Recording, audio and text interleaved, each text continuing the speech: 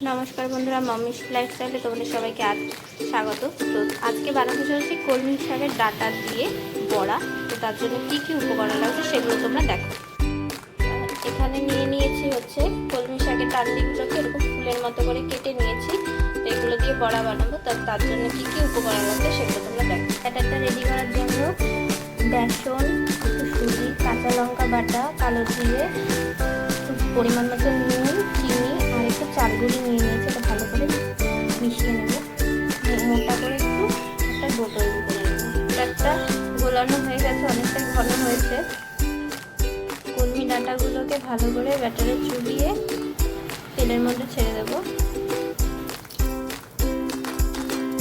তো বাকিগুলো এইভাবে ছেড়ে দেবো তেলে।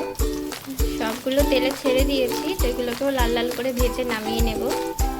এখানে লাল লাল ভেজে নামিয়ে নিয়েছি কলমি শাকের ডাঁটার বড়া।